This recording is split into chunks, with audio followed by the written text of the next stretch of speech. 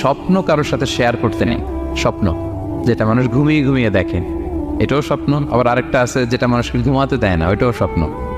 এই দুইটার একটাও কারোর সাথে শেয়ার করতে নেই। সুনানে তিরমিজিতে একটা বাব আছে, একটা চ্যাপ্টার, বাব লা তাকুসুর রুইয়া ইল্লা আলা আলিম আও নাসিহ। ভালো আলেম অথবা শুভাকাঙ্ক্ষী ছাড়া স্বপ্ন কাউকে বলতে যেও না।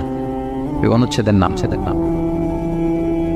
এরপর এর কারণটা কি? কারণটা হচ্ছে ফাইন্না রুইয়া তাফাউ আলা মা তুআব্বা। স্বপ্নের ব্যাখ্যা যেমনটা করা হয় তেমনটাই হয়। তাই আপনি একটা স্বপ্ন দেখলেন, একজনকে একটা বললেন, সে হুট করে একটা ব্যাখ্যা দিয়ে দিল, ওইটাই হয়ে যাবে। এটা আপনার জন্য ভয়ঙ্কর হয়ে যেতে পারে।